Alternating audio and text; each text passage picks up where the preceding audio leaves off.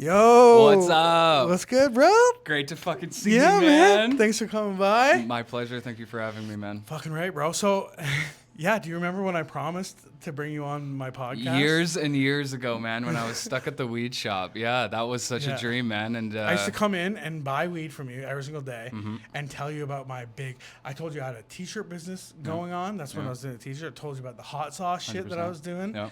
This was 3 years ago. But then I told you about 2 years ago, I'm like, bro, I'm going to make a podcast. I'm going to figure all the backhand out. It's probably going to take me a little bit, but once I start shooting it, I need to have you as a guest. 100%. And you're like, bro, I would love to do that. That'd be amazing. Yeah. And it's like 2 years later. It's crazy to see it all manifest out, right? Crazy, right? Yeah, man. Yeah, that was by far, like, out of any endeavor that you were kind of hyping up at the time, I'm like, that has legs, man. Like, we can actually, like, because, I mean, there's so much to talk about with the Peterborough scene, and there's so many like, people in the Peterborough scene that evolved, need a voice. Yeah. 100%. They're like, because I remember when I was rapping, well, I still am and stuff, but, like, any shot in an interview, a radio interview or just any sort of interview, any sort of camera time that's not music. Yeah.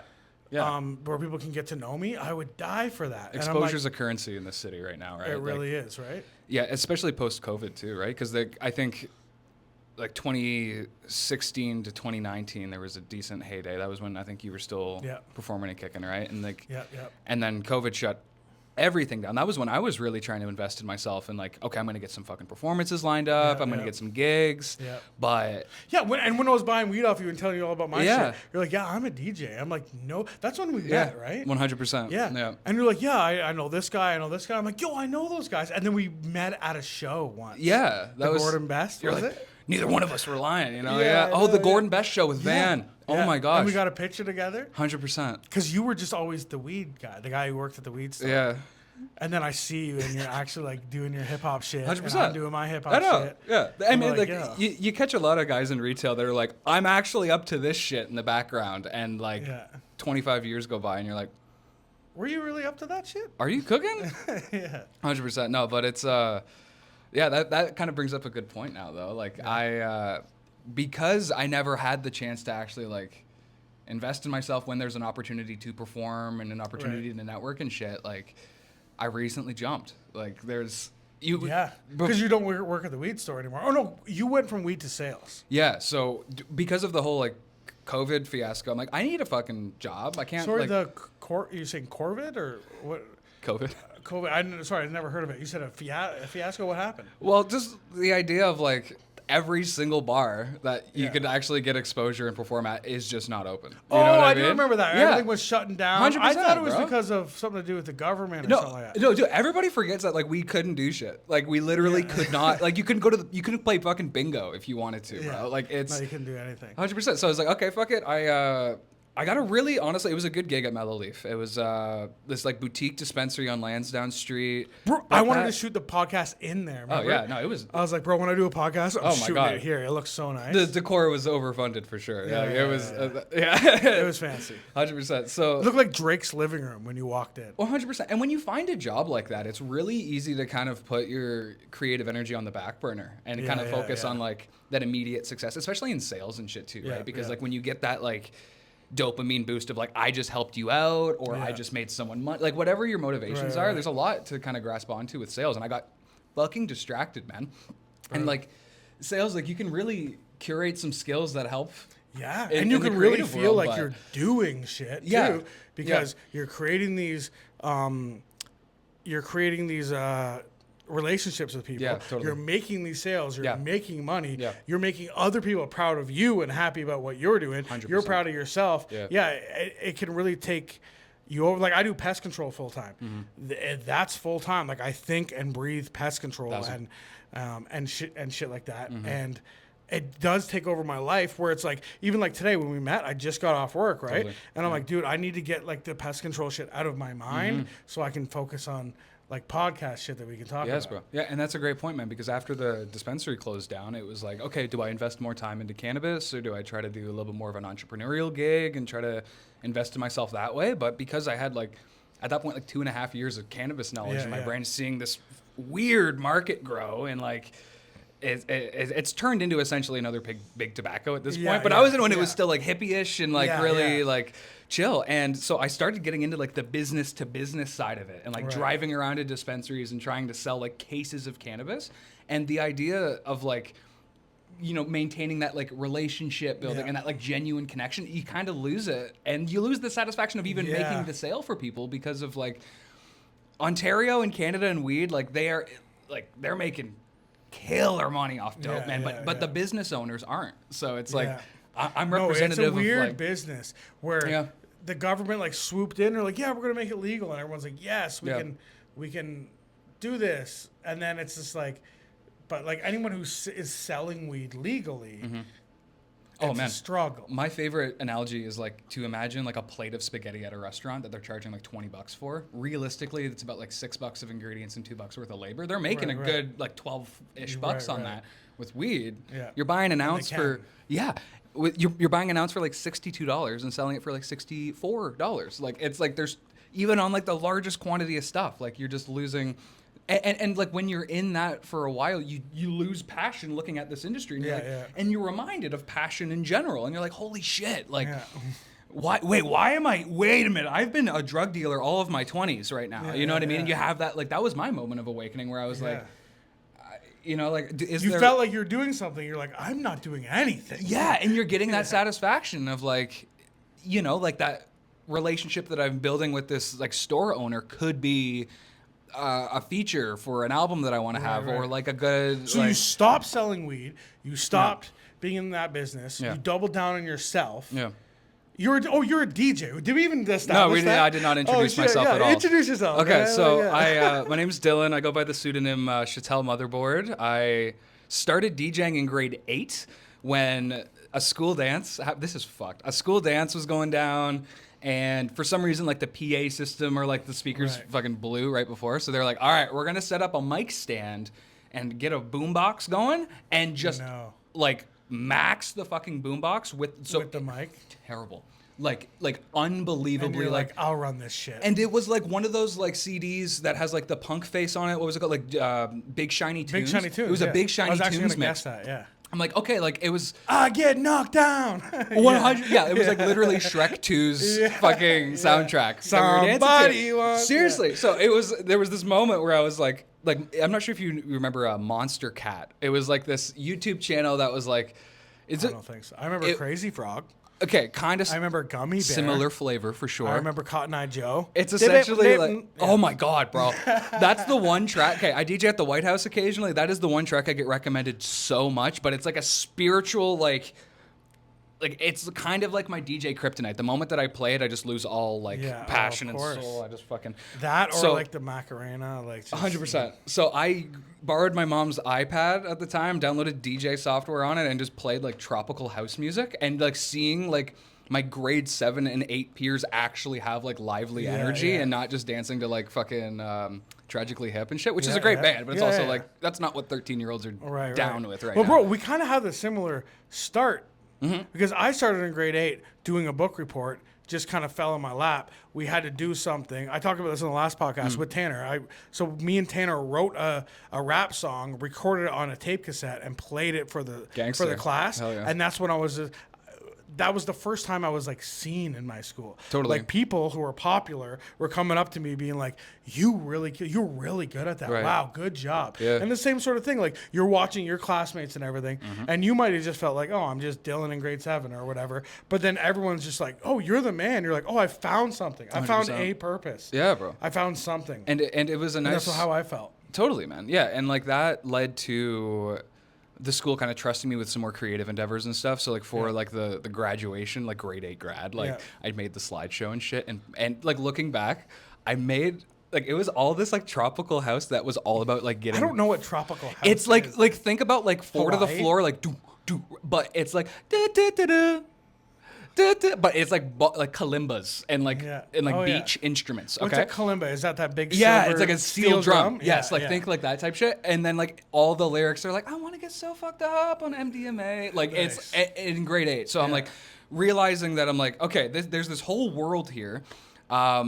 And then I kind of put that on the back burner for a bit, kind of getting into like drama and shit in high school. Yeah. And started acting and stuff. And then I tried to stay away from drama in high school. Anyway, sought it out apparently.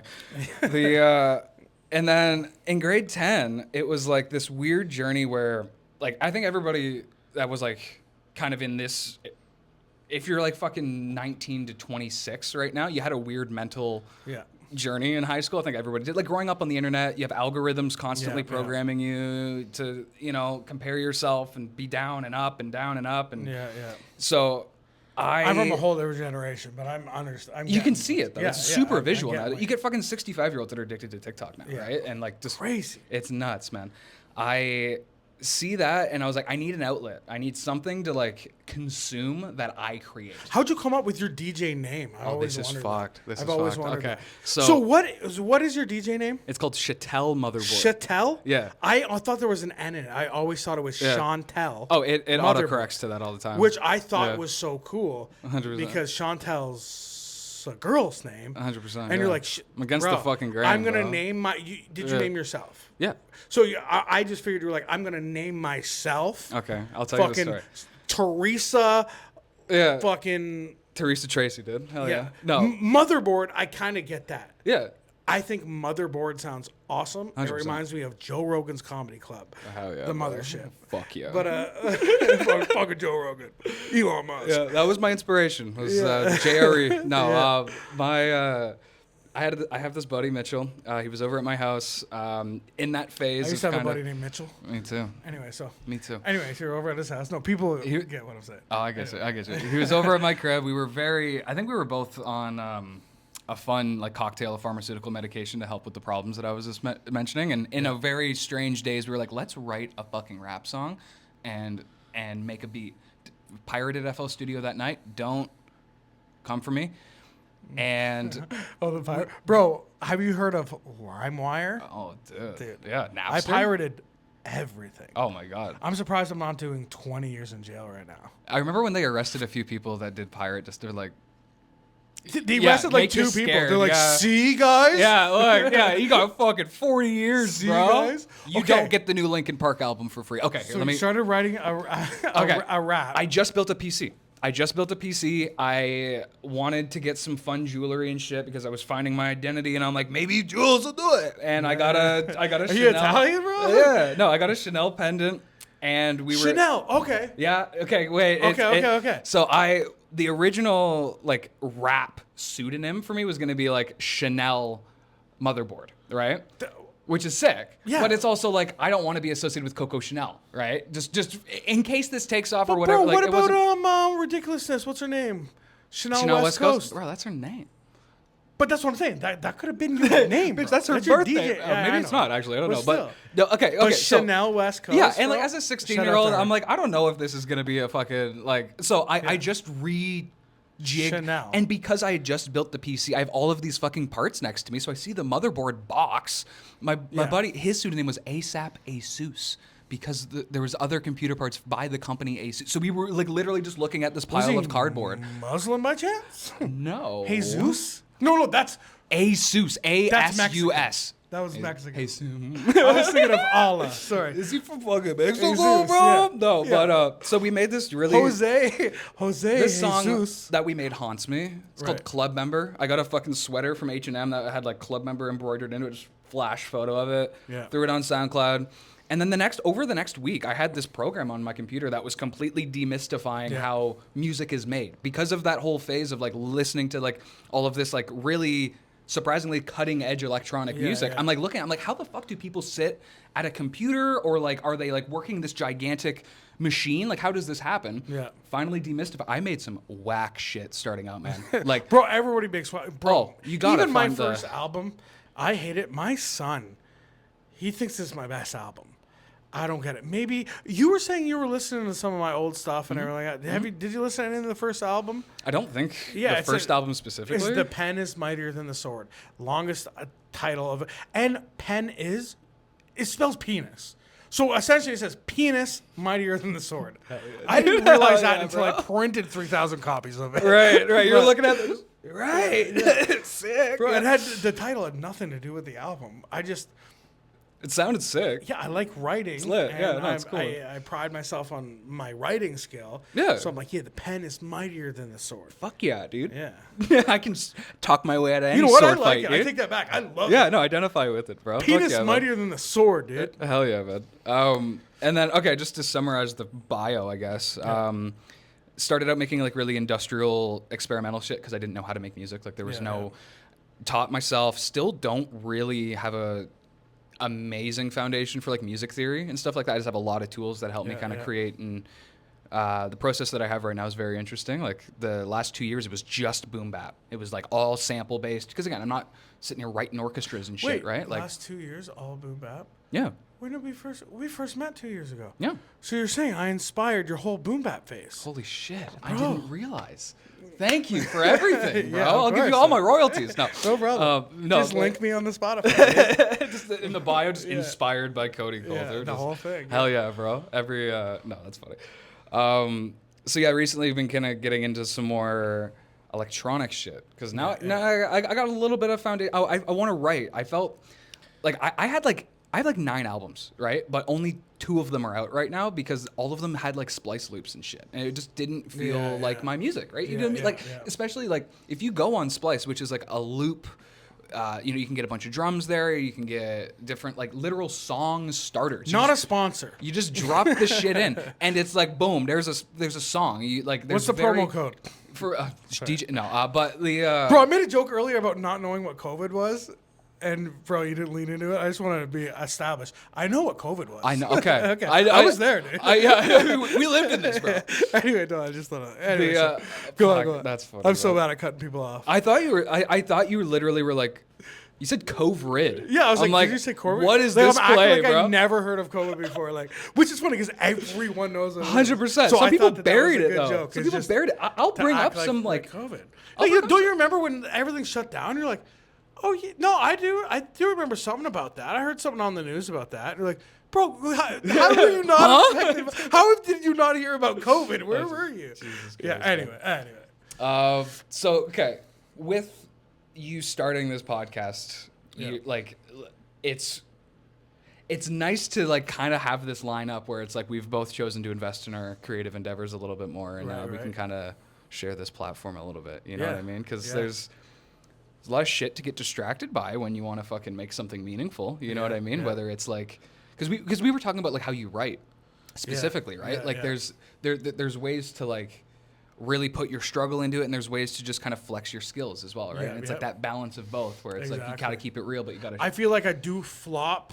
I'll have a song like Rock Bottom, the one that I put a snippet out there. Mm-hmm. Very personal. I'm flexing my skills, obviously, but I'm rapping like from a real place and a real struggle place. And people hear that authenticity. They're 100%. Like, oh, this guy's been through it or this guy's going through it. But then I also have songs like I also have songs like I won't give an example. But I feel like there's 2 styles of me. One is like an emotional realness, like ooh, like I get where this guy's coming from. Ooh, that's hard.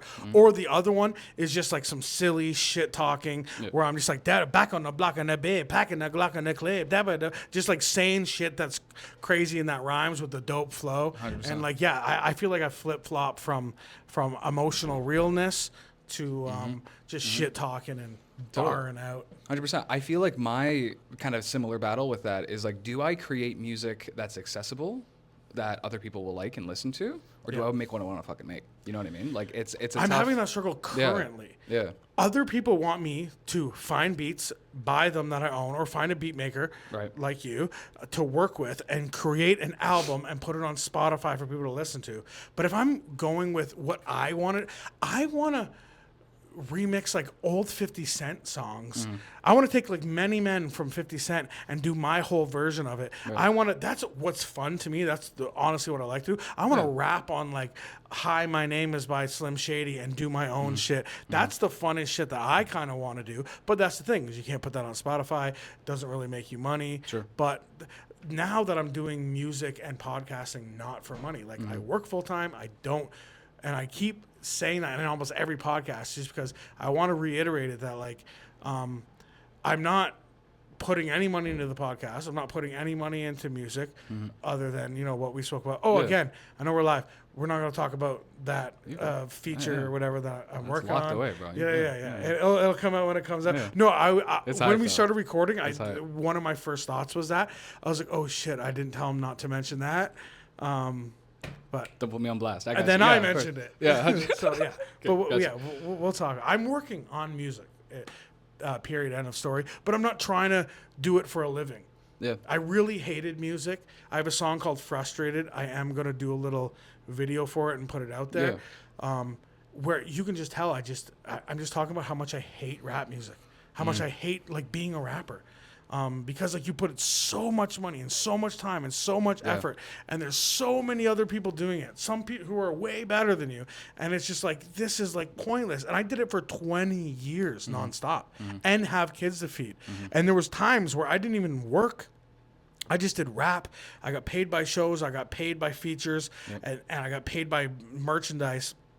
And that's how I was feeding my kids, and it was impossible, and it was a struggle, and it got to the point where I'm just like, I hate doing this shit. For sure. And then I stopped, and now I'm back doing the podcast and doing music for fun. That's what I mean. Like, I might put out an album, I might not. It just whatever I feel like doing. Yeah. Because there's no obligation. I don't have to. Oh, it's a deadline. I gotta get this album out, or I gotta get this song done. Yeah. It's like I'll drop 1 song a year or 10 songs a year. Matters how I'm feeling. But what is gonna be consistent is this podcast. Totally. This is kind of what I put my stuff into, and I want to do music to kind of promote the podcast. For sure, totally. Yeah. Well, both lead into rap, right? Yeah. So I exactly. think I don't know, man. Like. That's what I've always struggled with too, because I don't go into making an album that has like a whole fucking identity and coercion and shit, thinking I'm gonna make $1,000. You know what I mean? And like I can really appreciate the hustle, knowing what goes into merchandising and trying to network. I'm a business guy, right? Yeah, like it translates totally. Whether it's the hot sauce or whatever. So it's just like when I'm doing music, I'm like, hey, this is why this song has to come out. This is how it's got to come out. This is, and then I put so much effort and thought into it, and then it doesn't go as I need it to go, and then it's back to the drawing board, which is fine. And I'm like, everything's not going to happen all at once. I got to be patient. But dude, you got to think, once 5 years is over, and then you hit that 10-year mark, and then you're getting to that 15-year mark, and you're still like, just got to be patient. It's going to work. I just got to keep putting my hard work and all my money into it.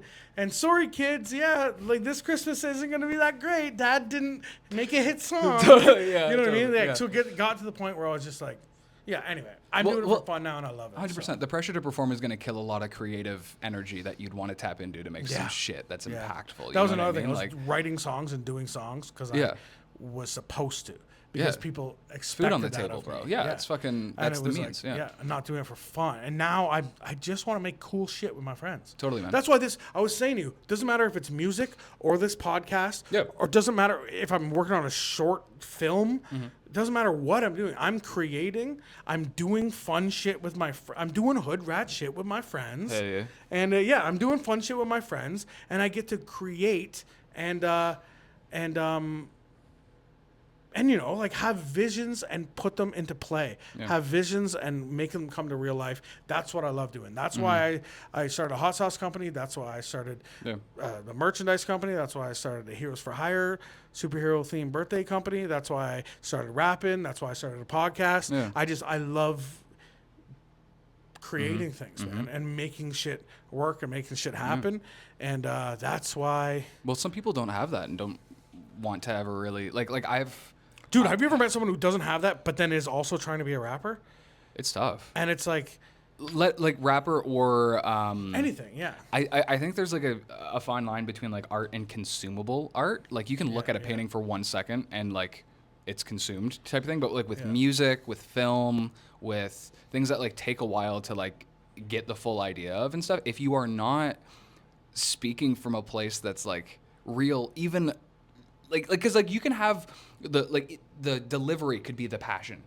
For a rap song, you know what I mean? Where it's like that's the hook, that's the thing that sells it. Some other times it's lyrical, right? But if you have, 1% of each, and you're trying to find your identity through the music and you're not putting your taste before that. Like how I view music is like, I have so many influences. I have so many things that I consider to be like really inspirational that I tend and hold on to and identify with. Yeah. But I'm taking that and putting what I want to create in front of that, not fucking behind it, right? So when I hear and see some people that are kind of getting their legs, that are like very clearly drawing inspiration from these places that they don't relate to, that they don't have a reason to be talking about, or like it goes back to the authenticity that we're talking about. That's exactly it, man. Yeah, being authentic, and authenticity and realness will attract everyone and everything. Totally. It's like, it doesn't matter if you're a dork and you love rapping and writing, then rap, but just be authentic to yourself. Don't be,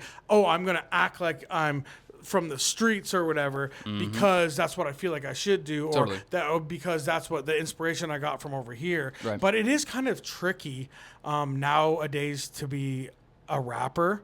I'm kind of going off topic, but but it's just something I want to hit on. Yeah. It's tricky nowadays being a rapper, because you need to essentially become a content machine. Oh, yeah. You need to, like, let's say you have a song. Back in my day, you used to be able to just record that song and then just show everybody. And show everybody. And even 5 years down the road, you're like, I'm a rapper. Here's my song from 5 years ago. One song. And that made you a rapper. And that one song, even down the road, could. But now it's like, you record one song, you need to make 10 different pieces of content, and you should do. And this is like, I'm not talking shit. This is honestly like tips for rappers. If you record a song, you need to get as much content out of that song as you can. You need to record yourself writing the song with the beat on. So many. Put a little 30 little snippet of you sitting there writing with the beat playing, sitting with your homies, like, yo, how does this sound? Blah, blah, blah. And then put that up. And then record you in the studio recording it, put that up. Then record you listening back to it with your homies in the studio, just vibing to it, put that up. Then record you rapping the first verse to it to the camera. Then record yourself rapping the second verse to it to the camera. Then shoot a music video for it. But while you're shooting the music video, have someone shooting some behind the scenes, post that of you shooting the music video. Then you take that full 3-minute music video and you cut that up into 30-second segments and you post each one of those. That's 30 pieces of content, one song. 100%. And then after you do all that and nothing happens, because nothing will happen, you do it again. You recreate another song. But you have to be a content machine. That's another reason why I started the podcast, because I knew a 30-minute conversation with a friend could be 30 pieces of content. For sure. And then I shoot another podcast the next week. Another 30 pieces of content. Boom, boom. It just keeps going. Totally, man. Effortlessly. And when you're a rapper, you kind of need to be doing that. If you're writing a song a week, that's 30 pieces of content a week, but you need to be on top of that. And the second that you stop writing a song a week and let it go, all your algorithm, all your momentum online for the social media goes down, and you're starting at square one. 100%. And I know that because I've done that 1,000 times. Tell me about it. I rapped for 2 years, putting out content consistently, and then stop. Yeah. And then a year later, I come back and I have to rebuild these socials and rebuild that momentum. Not my own mental momentum, but the momentum that I gained online with people giving a shit. Totally. Yeah. Because you need to keep their attention. It's all attention. And so many like lanes you gotta fucking maintain too. Like even as a producer, it's the exact same landscape where it's like, okay, instead of you recording your first verse, it's you placing the drums individually and your piano roll, or fucking hunting for a sample. Like you can get really creative with music, content creation and stuff, right? But that's also the other thing, is that like, if you're easily swayed, and I know how fucking I am, it's like you can look at a bunch of content online and be like, fuck, these guys are doing it a lot better than I ever could. You know what I mean? But it's also like, damn, dude, like there's no like reference point if you don't start. You know what I mean? And it's like, that's what I'm really happy to kind of have the time to really start focusing on right now, is like, holy shit, like you can get people to listen to your album. You know what I mean? And it's it's just having, but it's that consistency. It used to be having that available fucking time and energy to be like, all right, I'm gonna put 40 hours a week into making 60 YouTube shorts and uploading them on 3 different platforms. And that's the thing, is me doing pest control full time and having kids full time. Fun balance, I'm sure. Then it's like, how can I be consistent with anything I'm doing? Yeah, bro. And that's kind of where, like, the podcast, this wasn't, like you said, 2 years ago, I had this idea. Yeah. It's taken me 2 years to start doing this. And it's because I had to overthink everything. I had to plan everything. I've gone through 6, 7, 8 microphones. I've gone through camera after camera. I've gone through set after set. I've gone through different ideas. And also, and I landed on this. It's just what makes the most sense. Yeah. Truthfully. Well, it's natural, right? It's genuine. It's like what we were talking about with authenticity, right? It's like you can't really. Well, that was the best part is I can just be myself. I don't need to be. Yeah, and that's a good selling point too, because like with content creation, especially short form shit, like oh my god, like everybody is so like.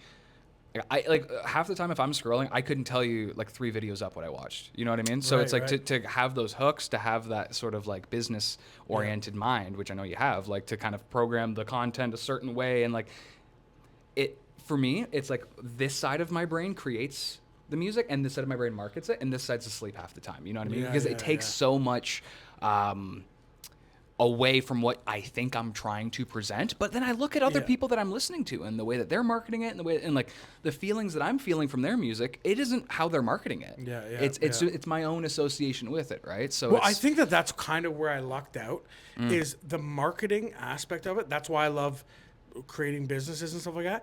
The marketing to me, it might even be more enjoyable than the actual like writing a rap song and recording a rap song and performing a rap song. I like just as much creating my own brand around that rap song, around myself, and marketing that and finding different strategies to market. And that's what I was going to say before, and I got off track. Well, I'm always off track. But it used to be, people would say, quality over quantity, or quantity over quality. Now it is quality and quantity. That's what you need.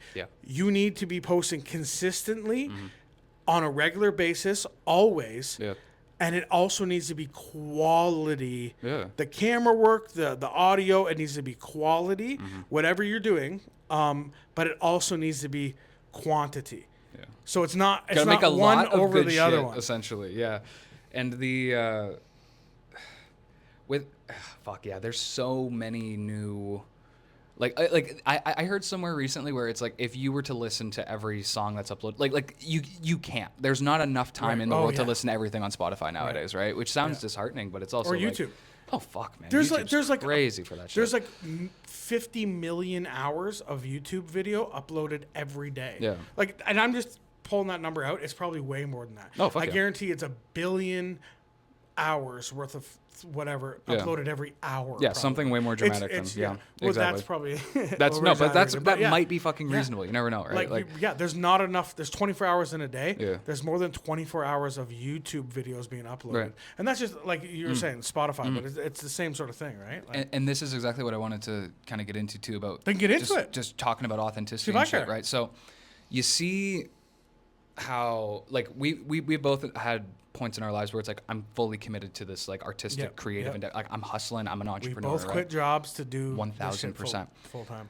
The other side to that, right? You see like the idea of money nowadays is so obscure from what it was. Like even like just talking about crypto, talking about the stock market, like people like I saw this video, you may have as well, of this like 12-year-old making them. I didn't see that. Guys. Hey, what's up? Sorry. I did not see that.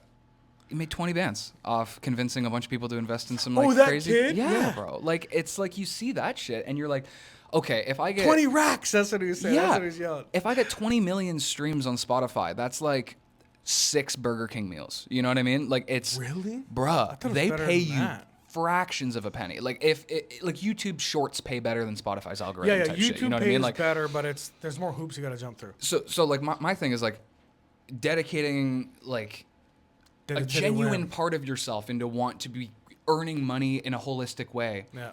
My fucking YouTube algorithm is like, yo, here's how you pump a shit coin to $2 million and steal a bunch of money from people. Here's how this here's how this kid like hustled like real estate. Bro, I went like, down that rabbit hole. I almost made a shit coin because I was like, this is a good way to get rich quick. But here's the thing. I have something that I guess these other people don't have or something. But I learned about it as I was trying to figure out how to do this shit coin. And what that is integrity. If you have any sort of backbone or any sort of, you're like, oh shit, no, this is like super wrong. Oh, shit goes deep, man. But it was kind of a gray zone where it was like, it's not really wrong. It's kind of a risk. Like crypto is gambling, so these people are gambling and they know that there's a risk. Right. And then you can walk away with it all, and it's not really stealing. And but it's not justifiable. It's crazy to see the amount of like moral ambiguity that exists just in that, right? Because you have people like the current president of the United States that just launched a shitcoin that like actually got rugged, bro. Like he way. It was hilarious, and it's like you see this type of shit happen. We're talking about Big T. I'm talking about Big DT, bro. I'm not capping at all. Look into it. It was a Solana coin, which is like you got your Bitcoin, you got your Ethereum. This guy over here, that's where you can create your own coins for super cheap and pump them and do whatever you want. So Trump, on that same kind of idea, was like, okay, fuck it, let's make some.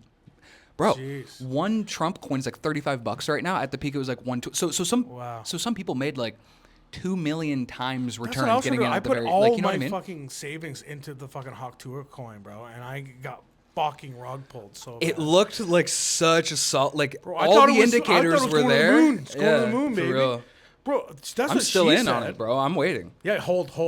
Huddle hard. Hold, bro. Oh god. Yeah, no, but so like you see this type of shit happening, and like you're sitting here, and like I'm looking at my like SoundCloud royalties off this one song that got like 50K plays. I'm like, dude, $2 a month. I'm fucking like that's lit. I see that. I'm like, that's tangible. But it is kind of lit, but it's not like. No, it's not. I'm the total. Yeah. No. But it's something. Yeah, I know you're being sarcastic, but I'm saying like realistically, that is kind of lit. 100%. That you can do that in this world. Totally right. But and then I see nothing. You know what I mean? Yeah. Like and this has existed for.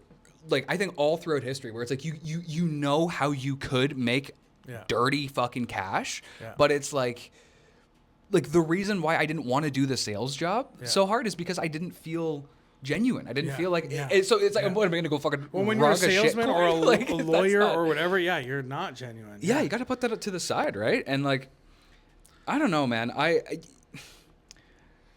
don't know, man. People work really hard to live happy, and people sell themselves. And people sell themselves on the idea that like I need to do this shitcoin rug to be happy, and like because like I see this kid doing it, or I see this, and it's just the chase of money, bro. Everybody wants money. That's why I looked into it. Yeah. Because everybody wants to get rich quick. Nobody wants to work hard. For sure. Nobody wants to have that patience. For sure. Nobody wants to and everybody just kind of wants. And bro, not only that, everyone's struggling, bro. Yeah. Everyone's starving, bro. Everyone's struggling. Anyone needs it. And that's how people can justify it. They're like, yo, yes, I'm going to scam a bunch of people, but I need this shit.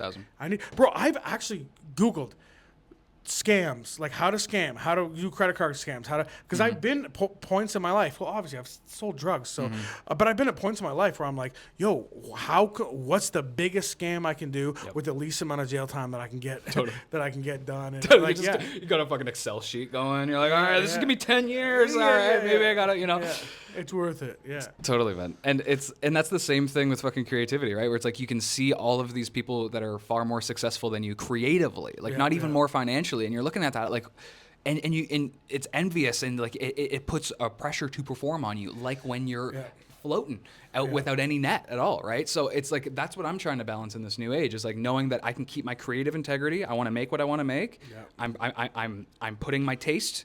Like, you know what I mean? Like once I have all of those boxes checked, and it's like, okay, maybe I can like sell my personality a bit on it. Like I worked on this like album that I just released, Internals, for 2 years, man. And I barely posted about it. Like I just couldn't muster up that like other side of my brain. That was like, sorry. Anyway. Like, so I don't know. Like that's my next kind of step, is facing that sort of demon of like content creation and really giving people a chance to understand what I'm doing, right? I can't expect them just to fucking randomly go on my Spotify. That's 30 monthly speaking of, bro. what's your Spotify? It's not Chanel. It's not Chantel. Chatell. Chattel. Motherboard. Is Chattel even a word? No.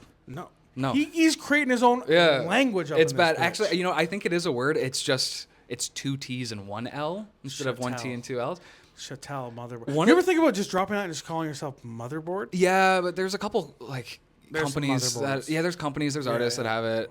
I've thought about going under the pseudonym Dylan's program for quite some time. I used to release under that alias as well, but it's kind of dope, right? I'm not even saying you need to change it. It's just from a marketing standpoint. Oh, it's terrible. Marketer. Oh my god, no, I know, and that's the thing. To tell you the truth, bro, I've been friends with you for years and years. I didn't realize there wasn't an end. I thought it was just Chantel Motherboard. I literally have been. I'm like, yo, my homie's coming on the podcast. Chantel Motherboard here, and you know what people say? People go, I've heard of him. Yeah, blah blah. He's a DJ. Like people who even know who you are. They don't correct me, and they don't because they probably think the same thing. I'll be honest. I liked it at the start. Because even at that Gordon Best show that we did, he introduced me as like Chattel Motherboard. I'm like, that's hilarious because I don't even know how it's pronounced. You know what I mean? And it was like this funny joke with me, like, where it was like, how are they gonna say it this time? Chattel, you know what I mean? But it's like from a marketing standpoint, it's ass. Like I know that I do want to go under Dylan's program for my other creative endeavors, for like content creation and like, I want to start like a DJ content creation thing. I thought you were gonna say cult because. Yeah, just come spin with me. Yeah. Drink the Kool-Aid. 100%. But like you see all these videos of like dudes like mashing up Mariah Carey and Playboy Cardi on their fucking in their bedroom, and I'm like, what the fuck? And they got like, do that. You know what I mean? Yeah, I know. And it's like I just. But that's the thing is you gotta find the niche piece of content you can do. Yeah. Which like if that's it, but you have to figure it out. You're like, yeah, I can do that mash thing. It'll take me about 3 weeks to kind of get it perfect, and then I can put it out. That's 1 every 3 weeks. You need to be able to do. This is what I say to my brother who does animations and stuff like that. I'm like, can you take a little 30-second voice clip and animate over that? He's like, yeah, I can, but that's going to take me like a couple weeks to do the animation. For sure. I'm like, if you can't do that in that time, you can't be putting out a new piece of 30-second content every 2 weeks. It's going to be hard. Yeah, no traction. Yeah, you got no runway. I don't know. Like there's been. Like, okay, I started this fucking one company called Earth Signs, and it was like a drop shipping store that had like. Sorry. No, you're good. Bill Nye the Science themed macrame plant hangers and shit. Yeah. And like I tried to market it, you know what I mean? Because I'm like, I feel like once I get like an official business and I market it and I do all like the Instagram insights and the back end stuff, I'm like, maybe that'll give me a platform for music. Bro, I made one sale to like a 50-year-old, like it was a yoga mat that had like a peace sign on it or some shit. Nice. And I'm just sitting, I'm like, maybe I should just fucking start DJing at the White House or something. And that's when that started actually. It's weird. I never got into DJing. I never got into making beats. I did get into breakdancing. I did get into beatboxing and rapping. Triple threat, baby. Yeah. So that's the shit. But never DJing, never making beats, and never really graffiti. I draw and stuff like that. Like, I do like graffiti. But yo, bro, I appreciate you coming through. Koty, my brother. I love you, dude. I love you too, man. We're gonna do this again, of course. Fuck yeah. Tell them where they can find you. My main kind of communication is on Instagram. Chattel Motherboard. Like I said, CHATELL Motherboard. Change of alias coming soon. No, my album Internals just dropped on all streaming services. It is. I'm gonna get spacey here for a second. Externals. I'll call the deluxe that. The main idea conceptually for the album is that we rely on so much technology nowadays. The internals of these machines, I don't understand how they work. What the fuck's a microchip? What's a process?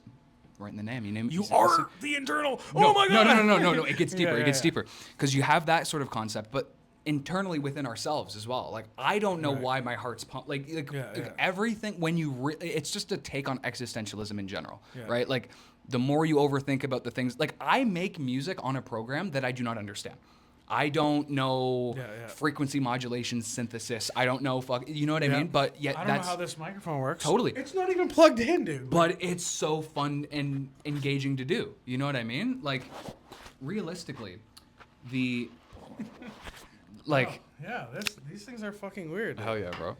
So yeah, my new album it really goes into trying to demystify the things that we understand and like kind of, Right. I don't know. It's a very existential project. My other album, Be Yourself, it's a 35-track boom bap LP. Really, Send that one to me, bro. I know you'd be able to flow on pretty much the whole record, man. Yeah. We'll get something. Yeah. We'll get some cooked up. But yo, check it out. Peterborough native, dude. I'm trying to get some legs. It's the man. It's the boy. I do weddings. I do wedding DJs. If you're bro, I did. Yeah, yo, hire him for your wedding. I did real. promise you that you would be the first guest on my podcast. Did I say that? I mean, but yeah, that was. But you weren't. No, but bro, it happened. It happened when it was supposed to, bro. 100%. It did, man. It did, bro. Okay. Yeah, come on. Thank you for everything. Hug me, bro. I love Appreciate you, you, man. Thanks for coming through, dude. Thank you, dude.